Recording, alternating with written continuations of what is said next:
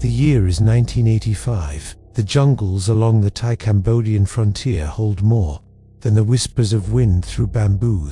They echo with the thunder of artillery and the cries of displaced families. Though the Vietnam War had officially ended a decade earlier, its consequences were far from over.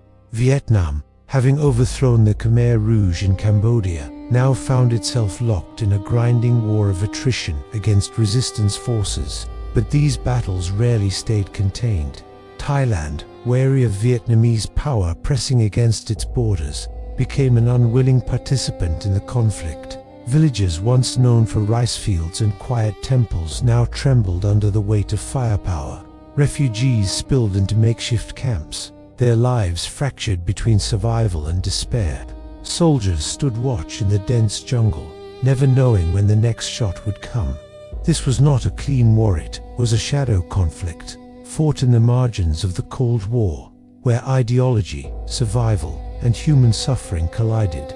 Tonight, we walk back into that year of fire, where nations clashed in silence and thunder, and the borderlands became both a shield and a grave. Part 1. Echoes of a War that wouldn't end. The borderlands of Southeast Asia in the mid-1980s were not a place of peace.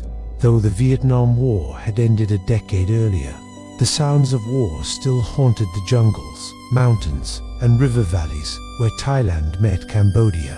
In 1985, the line between peace and conflict was thin as smoke, rising from a burned-out hut, and for those who lived near the frontier every day, was a reminder that history's wars never end. When treaties are signed, they linger, fester, and erupt in new forms. The roots of this shadow conflict stretched back years. In 1979, Vietnam invaded Cambodia, toppling the brutal Khmer Rouge regime of Pol Pot. Too many outside observers, it seemed like liberation, for few governments in modern times had brought such terror upon their own people as the Khmer Rouge. But liberation did not mean peace. Vietnam installed the People's Republic of Kampuchea, a government loyal to Hanoi, and stationed nearly 200,000 troops inside Cambodia to secure its hold. To Vietnam, it was a necessary occupation. To Thailand and much of the world, it was the beginning of another war. The Khmer Rouge, weakened but not destroyed, fled into the jungles and borderlands, regrouping in sanctuaries along the Thai frontier. They were not alone. Other resistance groups, like the royalist Phun Son Pech and the nationalist KPNLF, also fought against Vietnamese occupation. The border became both lifeline and battlefield. Thailand, officially neutral but deeply suspicious of Vietnam's expansion, tolerated and, at times, supported these groups, allowing supply lines to snake through its territory. The United States, China, and ASEAN states quietly funneled aid, turning the region into yet another Cold War battleground. For the Thai villagers living along the frontier, politics mattered little compared to survival. Rice fields lay within artillery range. Streams used for fishing could become ambush points. Each day began with uncertainty. Would it be a day of planting or a day of running? Farmers tied their oxen near their homes, but kept packs of essentials hidden underground, ready to flee at a moment's notice. The smell of smoke, the bark of dogs, or the distant crack of gunfire often served as the only warnings before chaos spilled into their lives. Thai soldiers patrolled these rugged areas with weary vigilance.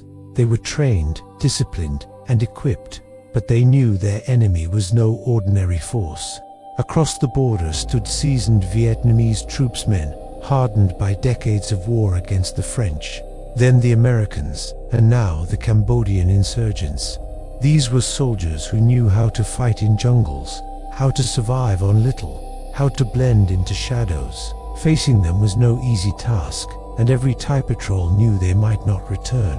Some soldiers left home with amulets blessed by monks around their necks, silent prayers clinging to them like armor. In the jungle, where visibility stretched only a few meters, faith was sometimes the only shield they had.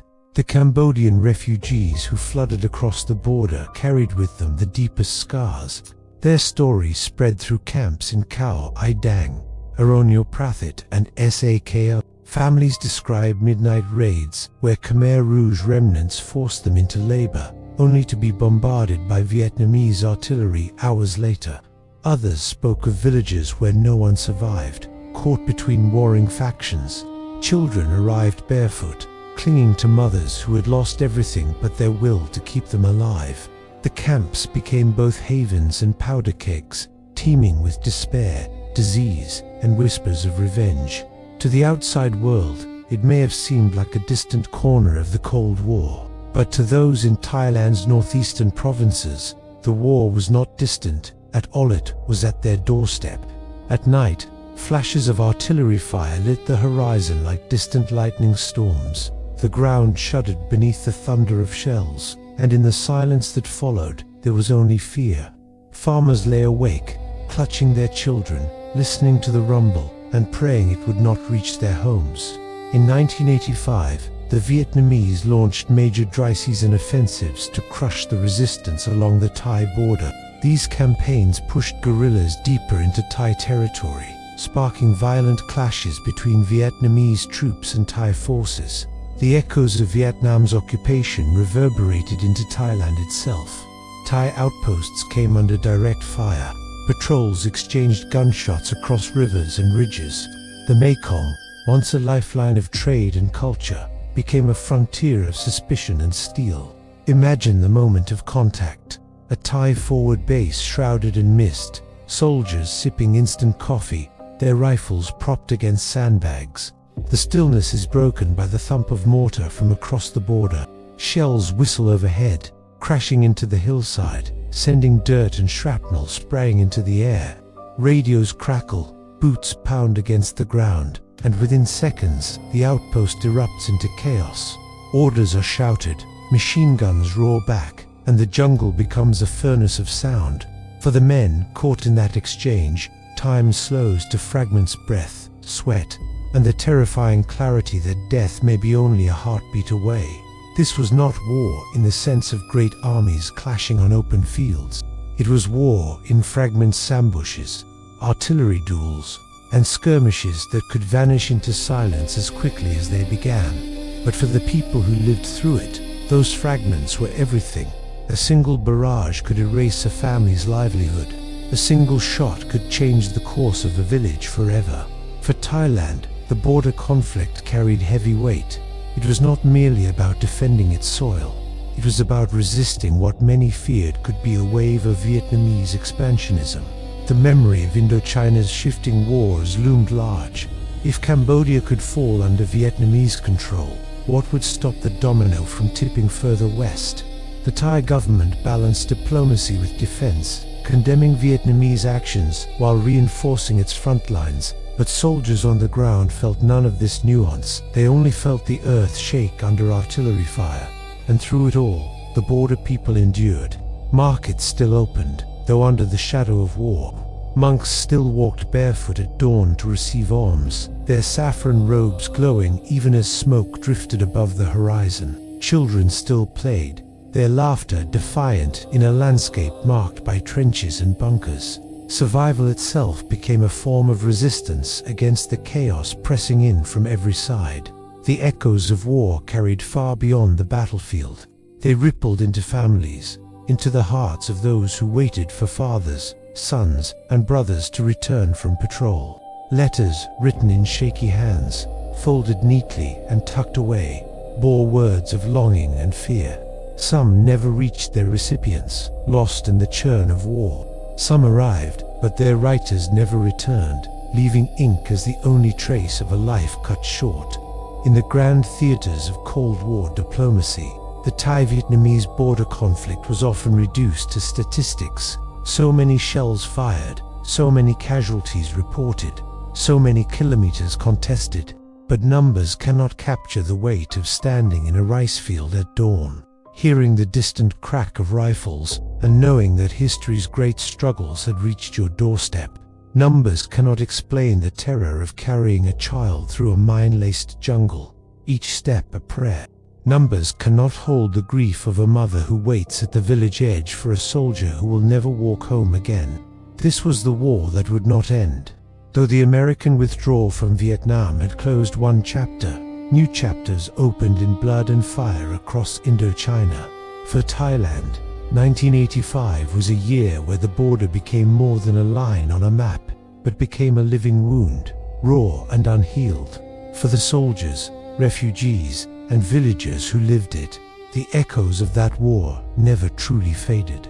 They lingered in the soil, in the rivers, in the silent spaces between artillery strikes, and in the long nights when the jungle grew still, one could almost hear it, the ghostly rumble of past battles, the cries of the displaced, the whispers of history refusing to rest. Part 2. The border erupts. Guns across the jungle. The year 1985 unfolded like a drumbeat along the Thai-Cambodian frontier, each strike louder, each echo sharper. The dry season, long feared by villagers and soldiers alike, had returned to Vietnam's commanders. This was the time to press harder, to drive Cambodian resistance into retreat and silence their cross-border lifelines. To the men who wore Thai uniforms and guarded their homeland's eastern edge, it was the season of fire, when the border became less a line and more a battlefield without boundaries. The first clashes of the season began with whispers, reports of Vietnamese columns moving through Cambodian jungle paths, heavy with artillery and supplies. Intelligence filtered into Thai bases. New offensives were brewing. The Vietnamese had grown frustrated with guerrilla fighters who slipped across into Thai soil, regrouped in camps, then returned to strike again. In Hanoi's eyes, these camps were sanctuaries. In Bangkok's eyes, they were humanitarian lifelines. Between those two views lay the spark of conflict. When the Vietnamese artillery began to thunder, the jungle trembled as though struck by storms. Shells arced across ridges, exploding near Thai forward positions. Dirt and bamboo splintered into the air, sending soldiers scrambling into trenches carved into red earth. For many, it was the first taste of a war that felt like it had come uninvited. The air filled with the metallic sting of gunpowder, the acrid haze of burning vegetation, and the cries of men caught off guard by the ferocity of the barrage. From the Thai side, artillery crews scrambled to respond. In dugouts near the border, they hauled shells into howitzers, their hands blistered from the effort. The thunder of return fire roared across valleys, each blast shaking the ground. The duel became a deadly rhythm, one side firing, the other answering. The jungle lit in alternating flashes of fire and smoke. Villagers miles away crouched in their homes, the night sky glowing orange, praying the fighting would not spill farther west. To walk through those jungles during such days was to step into another world. Trails once used by monks and farmers became arteries of war. Trenches cut into the earth twisted like serpents beneath the canopy. Every tree trunk bore scars from shrapnel. Every clearing threatened to expose men to an unseen enemy. Soldiers moved in squads, whispering orders, their boots sinking into damp soil, the buzz of insects drowned by the distant growl of artillery. For them, survival depended on silence, discipline, and the knowledge that the enemy was watching from just beyond the tree line. It was in these tense conditions that firefights erupted sudden, violent storms of bullets tearing through the stillness. Thai patrols crossing narrow streams would be met with the crack of AK-47s from hidden positions. Vietnamese units advancing toward resistance strongholds found themselves ambushed by guerrillas, only to pursue them across the border and collide with Thai forces waiting in defense. The border, once a line drawn on a map, dissolved into confusion, a shifting maze of violence where soldiers often did not know whether they were still on their own soil or had already stepped into another land. For the Thai military, one of the darkest nights came when a forward outpost near Eronyoprathat came under relentless bombardment. It began with a few shells, distant enough to be mistaken for thunder, but soon the sky tore open in fire. Artillery rained upon bunkers, collapsing earthworks, tearing apart wooden watchtowers. Radios screamed with desperate calls for reinforcements. Young conscripts, some barely out of school, clutched rifles in trembling hands as explosions hurled them to the ground. Amid the chaos, medics dragged the wounded into foxholes, whispering words of comfort drowned by the roar of war. By dawn, the outpost stood battered but unbroken, a testament to survival, though at the cost of lives that would never return home. The fighting was not confined to soldiers. Civilians paid the highest price. Families in border villages awoke to find their homes reduced to rubble, their livestock scattered or killed. Women carried children across rice paddies, running barefoot as shells fell behind them. Schools closed, temples became shelters, and refugee camps swelled with new arrivals, who carried nothing but the clothes on their backs. War did not ask who was soldier and who was farmer, it consumed all with equal hunger. For refugees already displaced from Cambodia, the new violence felt like betrayal. They had fled Pol Pot's terrors, survived minefields and starvation, only to find themselves once again in the path of war. Camps along the Thai side overflowed with fear. At night, the horizon flickered with artillery fire, and the refugees wondered if safety was ever more than an illusion. Aid workers distributed rice and medicine, but could not silence the trauma that grew like an unhealed wound. In the whispers of the camps, one heard the same question repeated endlessly: when would this war end? Yet amid the despair, there were glimpses of resilience.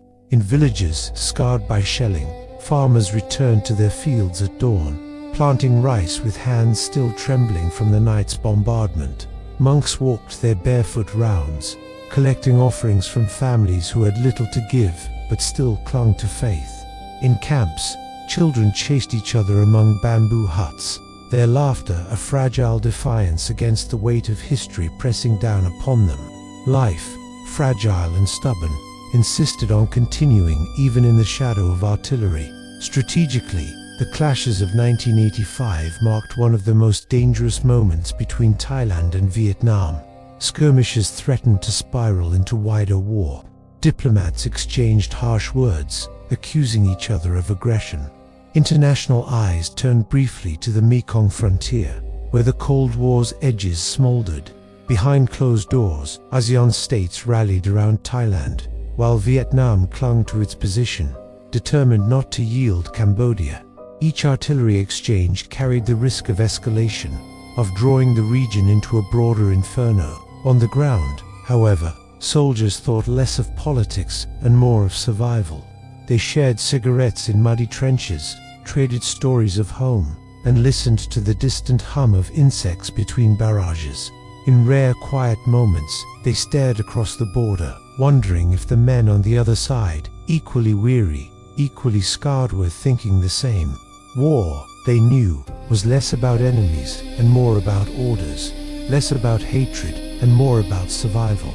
Yet when the guns roared again, those reflections vanished, replaced by the raw instinct to fight or die. As the dry season dragged on, the border became a landscape of scars. Craters pocked the earth, villages lay in ruins, and the jungle itself seemed wounded. Rivers carried debris downstream. Bamboo groves stood charred and broken, and trails were littered with the remnants of shells and uniforms. Each mark told a story of violence, of men and women caught in the relentless push and pull of history.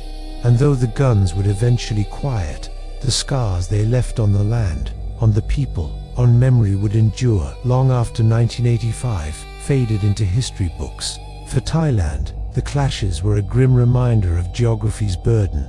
The nation had always stood as a crossroads of empires, a buffer between powers. Now it found itself once more guarding against the tide of war spilling across its borders. For Vietnam, the offensives were another step in a long campaign to secure Cambodia, a campaign that drained its resources and strained its people.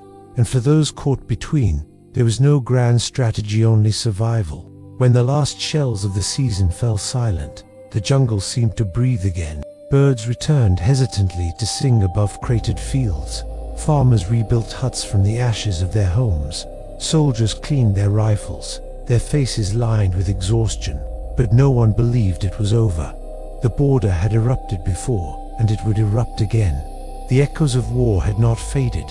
They had only paused, waiting for the next season, the next clash, the next tragedy to unfold across the jungle. And so, the border remained what it had become, not a line of peace, but a wound carved into the heart of Southeast Asia, a wound that bled with every barrage, scarred with every skirmish, and whispered to all who lived near it that history, once awakened, is not easily put to rest. Part 3. Shadows of Survival and the Long Road to Calm. The thunder of artillery gradually faded from the Thai-Cambodian frontier, but silence did not mean peace. In the aftermath of 1985's violent season, the borderlands bore wounds both visible and invisible. Smoldering craters, splintered bamboo, and burned-out huts dotted the landscape, but the deeper scars were etched into the people themselves, soldiers who carried memories of gunfire in their dreams, families who lived with the fear that the war would once again creep into their homes, and refugees who wandered the camps with eyes hollowed by years of displacement. The shadow of survival stretched long across these lands. To endure here was to learn how to live with uncertainty. Villagers rebuilt their homes from the ashes of the last shelling, their hands blistered but unyielding. Rice fields churned to mud by artillery were replanted with quiet determination. In temples, monks recited chants for the souls of the lost, their voices carrying a fragile hope that one day merit and compassion might outlast gunfire. In the camps along the Thai side, life settled into rhythms that blurred days into years. Refugees rose with the sun, queuing for rations of rice and dried fish. Children played barefoot in the dust, their laughter piercing through the gloom like shafts of light, even as their games often mimicked war sticks for rifles, sand mounds for bunkers. Aid workers moved tirelessly between huts, distributing medicine, teaching classes, recording names of families still waiting for news of loved ones who never arrived. Yet beneath this rhythm ran a current of tension. At night, distant flashes on the horizon reminded everyone that the war was never far away, only paused. For the Thai soldiers, survival meant vigilance. They patrolled jungle trails scarred by old ambushes, their eyes scanning for the glint of tripwires or the rusted teeth of landmines hidden beneath leaves. Some soldiers joked around campfires to chase away fear. Others grew quiet, carrying their thoughts in silence. Letters from home, creased, smudged, and often delayed, were treasures that reminded them what they fought to protect. But even in moments of laughter or prayer, the jungle never let them forget its dangers. The border had become more than a line, it was a living, breathing presence, a place where death could emerge from the shadows at any moment. Vietnamese troops, too, carried their own burdens. Thousands of miles from Hanoi, they waded through the swamps and dense forests of Cambodia, locked in a war that seemed endless. For some, the mission had once been painted as liberation, a duty to free Cambodia from the Khmer Rouge, but by 1985, many questioned the cost. Supplies were stretched thin, casualties mounted, and whispers of unrest grew louder back home. They were far from their families, fighting in a land that was not theirs, watched not only by the resistance but by the eyes of an entire region that viewed them as occupiers rather than saviors. Their survival, like their enemies across the border, hinged on endurance, discipline, and the faint hope that someday the guns might fall silent for good.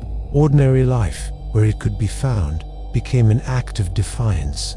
Border markets reopened, trading rice, salt, and cigarettes under the wary watch of soldiers. Farmers tied their oxen once more to wooden plows, praying the fields would yield enough to carry them through the next season. In Buddhist monasteries, novices lit candles before golden statues, their flickering flames a reminder that even in the darkest times, light could endure. For villagers, the act of planting a seed, of chanting a prayer, of teaching a child to read, was more than routine. It was resistance against a world that seemed determined to collapse around them. Yet peace remained elusive. The international stage buzzed with debate. The Association of Southeast Asian Nations (ASEAN) condemned Vietnam's continued occupation of Cambodia, while China funneled support to the Khmer Rouge and other resistance factions. The United States, still haunted by its own failures in Indochina, supported anti-Vietnamese groups as part of the larger Cold War chessboard. In this struggle, the Thai-Cambodian border was less a frontier than a fault line, where superpowers and regional actors projected their rivalries onto the lives of farmers, soldiers, and refugees. For Thailand, the war was both external and internal. Externally, it was a fight to defend sovereignty, to keep Vietnamese influence from creeping further west. Internally, it was a test of endurance for the people living along the frontier, who bore the brunt of violence, yet had little voice in the decisions that drove it. Bangkok may have spoken of strategy and diplomacy, but the true cost was paid in the quiet villages where shells fell, in the refugee camps where hope withered, and in the hearts of soldiers who returned home, changed or never returned at all. As the 1980s moved toward their close, signs of fatigue began to show. Vietnam, burdened by years of occupation and international isolation, sought ways to extricate itself from Cambodia. The resistance, though resilient, could not expel Vietnamese forces outright. Thailand, weary of the toll exacted by border clashes, pushed harder for a diplomatic solution. The stage was set for eventual negotiations, but in the mid-1980s, such prospects still felt distant, buried beneath the rumble of artillery and the cries of the displaced. For those living through these years, the long road to calm was not a single moment of peace, but a gradual, painful shift. It was the slow reduction of shelling as both sides exhausted themselves. It was the cautious return of villagers to homes abandoned during the worst of the fighting. It was the first meetings between diplomats, tentative and fragile, like voices raised against a storm. Each small step forward was overshadowed by the memory of bloodshed, each gesture of peace fragile in the shadow of mistrust. And still, the memories lingered. A farmer could not walk past a crater without recalling the night his field burned. A child grown in the camps could not hear the crack of thunder without flinching at the thought of gunfire. A soldier, grown older, carried the weight of names carved into his memory, friends who never came back from patrols, who lay somewhere in the jungle soil, claimed by a war that never seemed to end. By the late 1980s, whispers of change grew stronger. Vietnam began signaling its intent to withdraw, while regional powers pressed for negotiations. The Paris peace agreements loomed on the horizon, promising at last a chance for Cambodia to find its way out of the shadows. Yet in 1985, such a future felt like a dream too distant to believe. The men and women of that year could not know how the story would end. All they knew was the sound of artillery, the fear of the jungle, and the struggle to see another sunrise. And so, the borderlands endured, scarred, weary, but unbroken. The people who lived there carried forward, not because they saw peace on the horizon, but because survival demanded it. Each day lived was a victory. Each seed planted a declaration. Each prayer whispered a refusal to surrender to despair. These were the shadows of survival, stretching across the Mekong, binding together those who had suffered most in the long shadow of war. The road to calm would be long, marked by distrust, broken truces, and fragile negotiations. But eventually, the guns would quiet. Eventually, the Mekong frontier would return to a place where children played without fear of shells, where monks could walk their morning rounds without the ground shaking beneath them, where farmers could plant their fields without keeping one ear tuned to the distant growl of artillery. And yet, even when calm returned, the memory of 1985 would remain a reminder that history does not easily loosen its grip, that wars echo long after the last shot is fired, and that those who live through them carry their weight forever. In the end, the border was more than geography. It was a stage where great powers clashed, where survival itself became an act of courage, where ordinary lives unfolded beneath the shadow of extraordinary violence. The war would fade, but its echoes would remain etched in memory, whispered in stories, carved into the land itself. Until next time, stay safe, and see you in the next history.